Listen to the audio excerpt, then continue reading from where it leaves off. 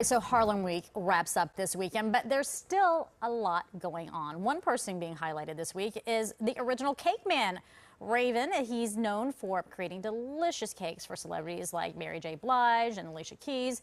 And this morning, he is joining Pix 11's Kirsten Cole in Harlem. Oh my goodness, you got to see what they are up to. What are you making now? Oh, that looks like red velvet. I mean, this is red velvet, and I have been pressing Raven for the secret to red velvet. This is his grandma's recipe. Now, the question is red velvet vanilla or is it chocolate? It is not chocolate nor vanilla. It has its own flavor. It does. And there is a white velvet, and there is a chocolate velvet, and there is a red velvet. And velvet refers to that mouth texture, that beautiful silky feeling in the cake. How do we get that? Well, it's definitely the ingredient. When you think of velvety things, you think of sour cream, you would think of cream cheese, you would think of buttermilk. You think of butter, softened butter. So those are the ingredients that make up a velvety context. And boy, is this velvety. Now, the great thing about this is these cakes normally sell, if you walk in off the street, they're $100 if you try to get them the day of, because a lot of love and a lot of effort goes into making these cakes. It is not something you just whip up. But you have Slice Day, and that's for Harlem Week. That's happening this weekend. Talk to me about that. Well, Slice Day, Slice-a-thon, actually, what we're going to do on Saturday and Sunday. And we're going to do 24 hours. We're going to have jazz, and we have a DJ out. We're going to have some slices, about 10 different flavors, until they run out. That is beautiful. Now, and talk about some of your flavors, because they are flavors that I have never heard of before. Okay, like we got a Ruthame cake, which is a chocolate layer cake. We have pineapple coconut. We have Acapulco green, which is a cake that was influenced by these Shirley's shortbread cookies, which has a coconut shortbread. And those are from Trinidad. Right, and they were green and yellow packaging. So I said, let me put a little green in the batter in a yellow cake, and then citrus flavor with coconut. And what is this Watergate cake? Did it come out of the Watergate Hotel? Well, see, now the Watergate cake has a pistachio, walnut, pineapple, and whipped cream topping. Then we got a Gwen cake that has pineapple, coconut, and whipped cream. And then we have the Lidgy cake.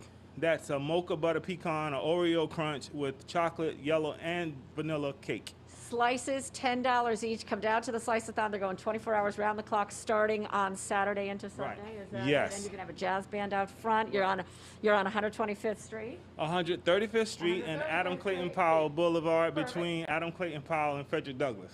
Perfect. And let's show them your signature cake. Scoot out of come over here.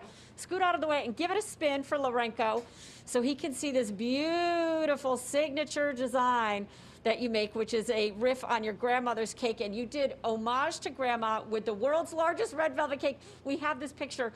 Tell me why, how, and what the world record was. Well, after having done cakes around the world for celebrities, for royalty, for just about everybody and every occasion, what do you do to celebrate 30 years of doing it? Biggest cake on the planet. I tried for the Guinness Book of World Record, the largest sculpted cake, which was sculpted in my Kappa Alpha Psi shield, which my fraternity is celebrating their 100th birthday then, 10 years ago in Indianapolis. So we created this cake that was 31 feet long by 26.5 feet wide. Oh my God, how much flour went into that? Do you even remember? Oh my gosh, it was a lot. It was a lot. 28 hours of icing.